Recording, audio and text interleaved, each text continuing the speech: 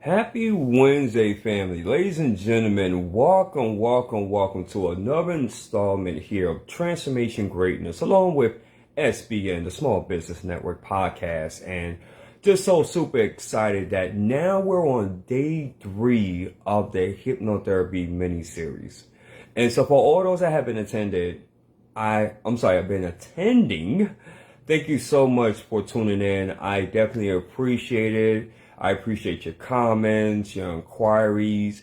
And if you haven't had an opportunity to catch part 1 and part 2, definitely please feel free. You can either go to my YouTube page or you can go back here on my page. And for Monday was part 1, in which I was talking about what is hypnotherapy and its benefits. And yesterday we just covered over very briefly as far as overcoming stress and anxiety. So today I want to do something different, because I was going to actually talk about improving self-improvement. But I said, you know what? I want to do something better, because I talk a lot about the conscious versus the subconscious mind. And even during this series, we even covered the 3 phases of talking about the conscious mind, the critical mind, and the subconscious mind, and what that entails and how much of that we actually use throughout our lives. So I'm not going to get into that. Guys, if you want to find out more about that, please feel free to watch part 1s and part 2s. But I want to do something different. I want to talk to you guys about the theory of mind and how I even came about to that conclusion. So do me a favor, if you will. If you're catching us on the live right now, I thank you so much for tuning in. Just put in the hashtag live. If you can let me know exactly where you're tuning in from, that would be fantastic. However, if you're catching us on a replay, go ahead and put in the hashtag replay. And guys, let me know if you're getting any kind of value, any kind of insights. I would appreciate that. So what is the theory of mind? And actually on the back, I have a description of the theory of mind. So I'm going to go ahead and walk you through. But to set the stage, what the theory of mind is something in which that I've learned when I was attending the HMI Institute. So shout outs to all of my HMI Institute graduates. And this was founded by the director and founder of HMI Institute, the late great Dr. John Kappas, which was an absolute brilliant mind. In my opinion, he was way ahead of his time. And with the theory of mind, what it does, it gives you pretty much an outline of certain factors. And we're going to go ahead and walk through that. And we're even going to go ahead and discuss that.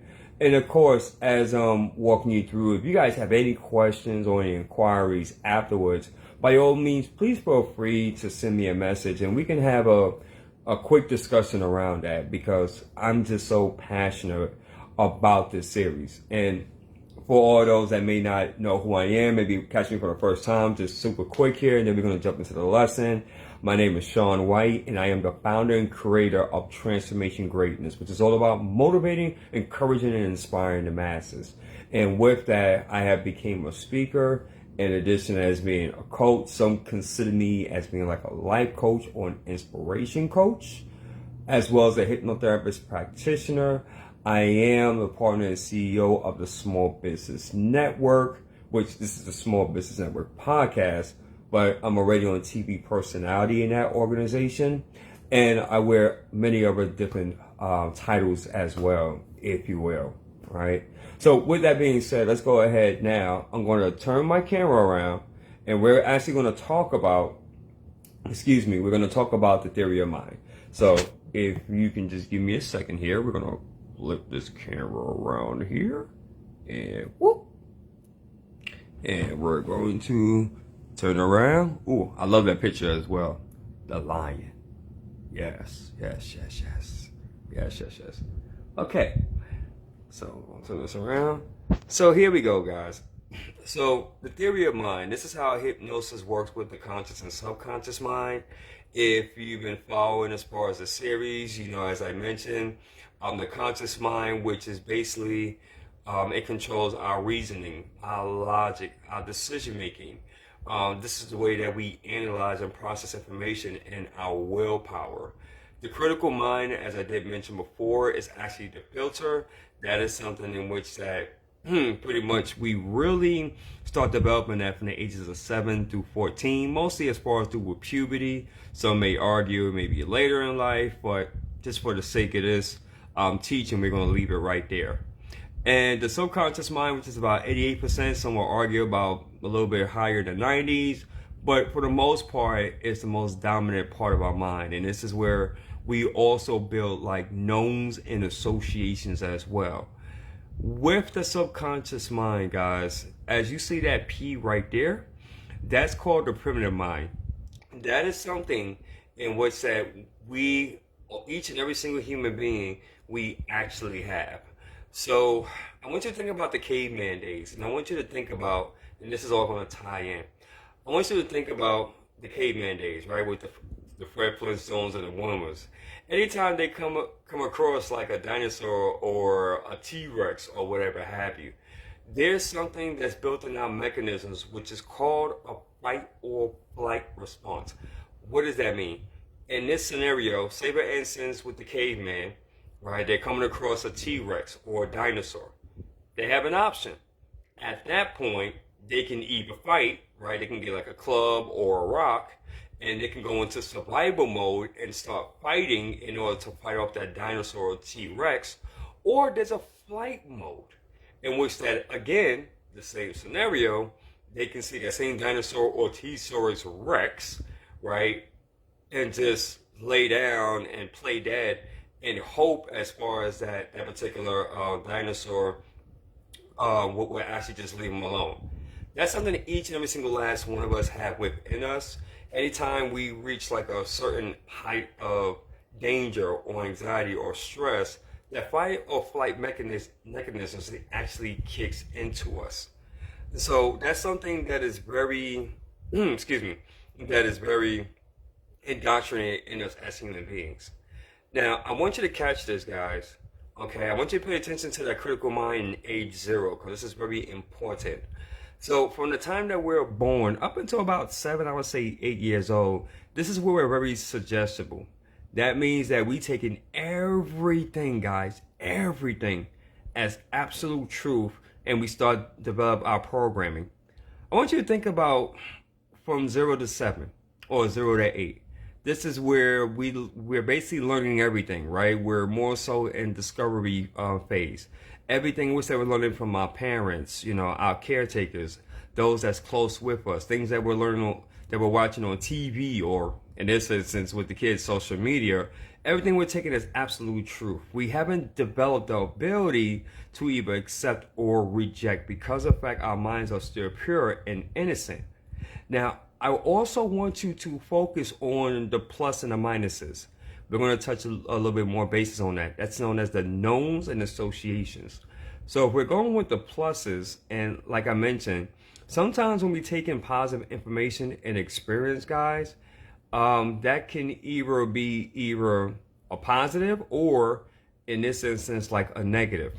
Such as, for an example, that if we're young and say, for instance, that we love ice cream or we love apples, we love fruit, and we taste it for the first time, we're like, ooh, yeah, I like that. I love it.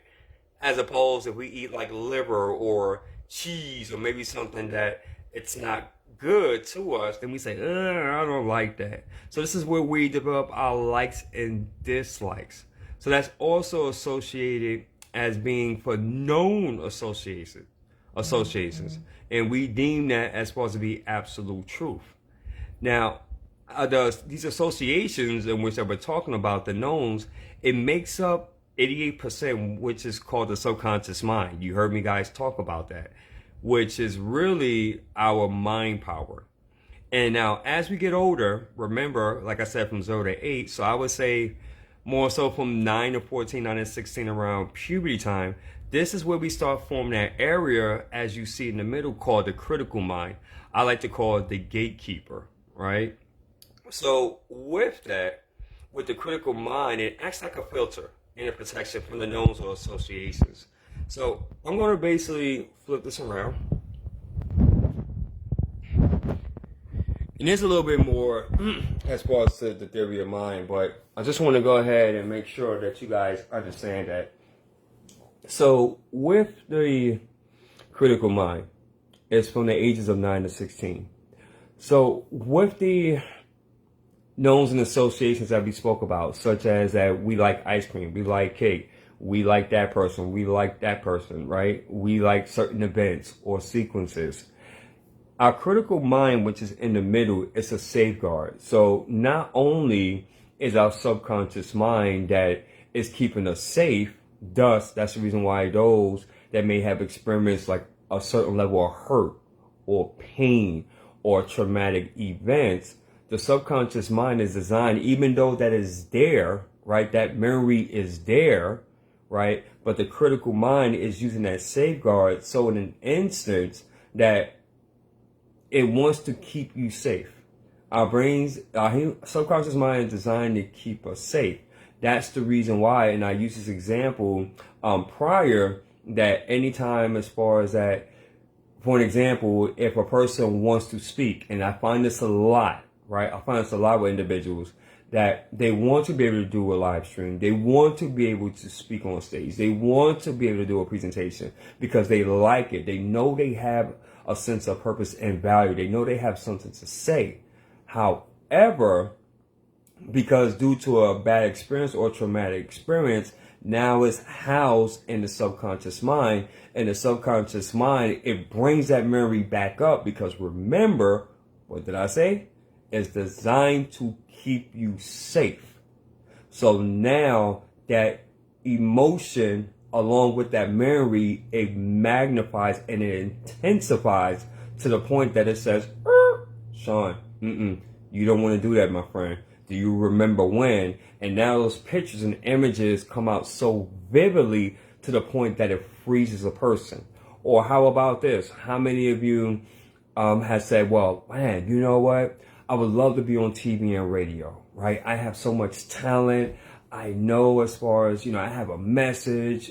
Listen, I know I can do great things. I've seen many people do great things in this world. And I know if they can do it, I can do it. Here's what happens. Once again, based upon a sequence or an event, something that transpired before in your life, that image once again comes up through the subconscious mind, right? Comes through the critical mind and thus to your conscious mind. So all three work in phases. So what happens now, it becomes as a roadblock, right? It becomes as a roadblock and it say, No, Shawn, do you remember when you tried before when you was in public school? Or you remember when you tried as far as doing a presentation when you was in high school? Or maybe when you was in college and you was doing your dissertation and you was expressing it to the class and maybe the class either laughed at you or the teacher ridiculed you or scolded you on that. That in itself can be a major stumbling block.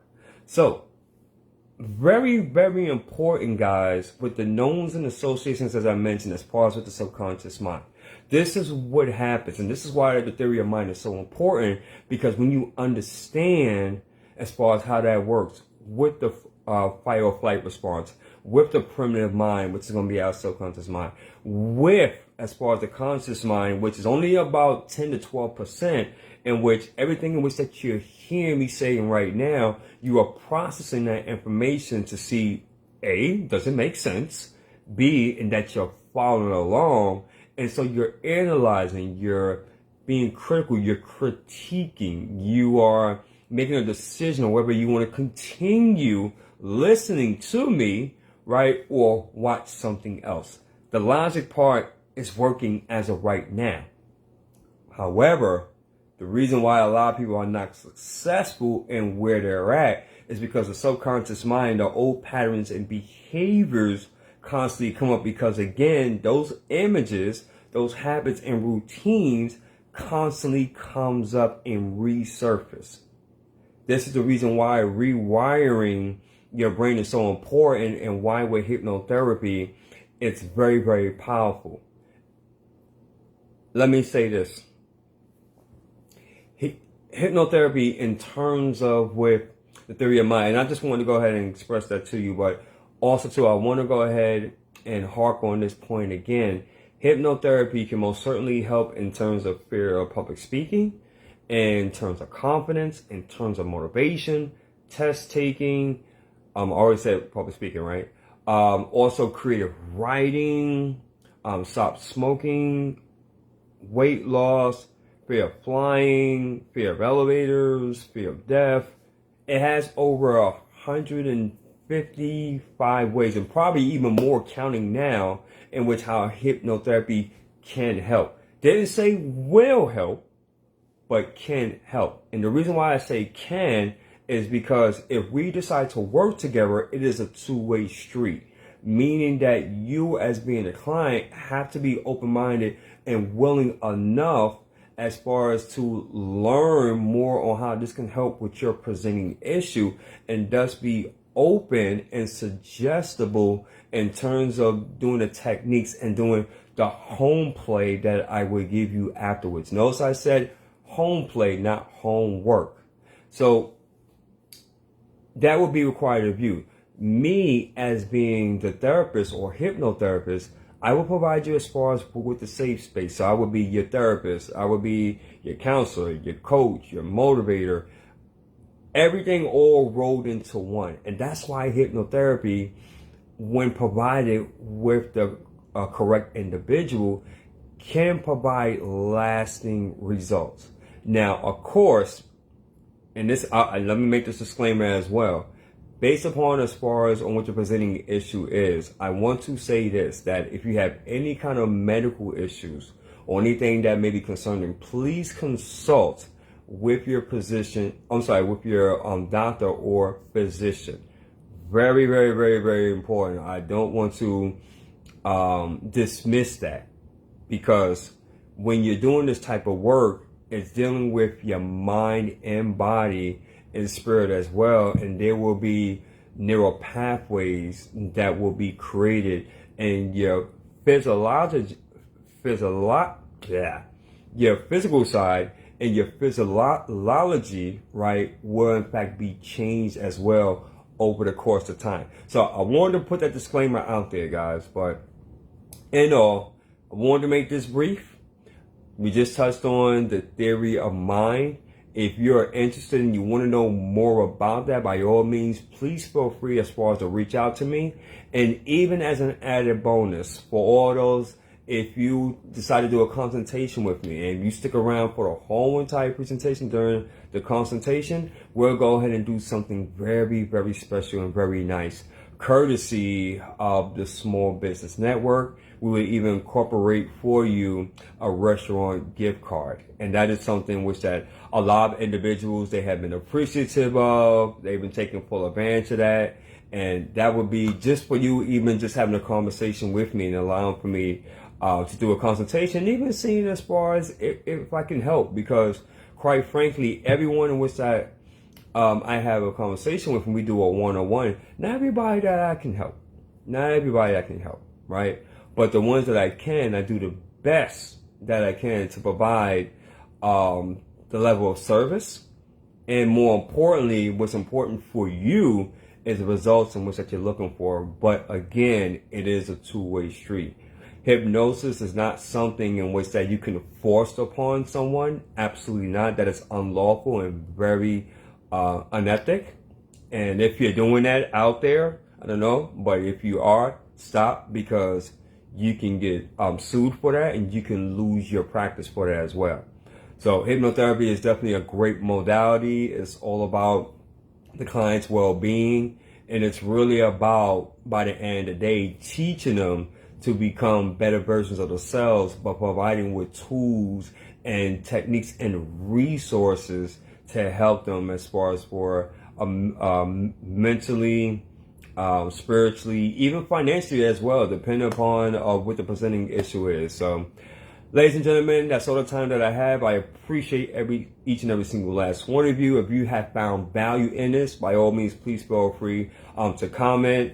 If you would love to share this out as far as your respective groups or clients or those that you feel that can benefit from this, I would truly appreciate that. And this concludes episode 240 of Transformation Greatness along with the Small Business Network Podcast, SBN. And I'm going to end this as I've been doing all my others. And if what we stated on here either motivated, transformed, or inspired at least one person, then may God be the glory, and I take no credit for absolutely none of it. And until then, you're all amazing. Stay tuned for episode 4 tomorrow. Same time, same bat channel. And by His grace and mercy, look forward to seeing you all on the next episode. Peace and love, family. Thank you so much for your time. Later.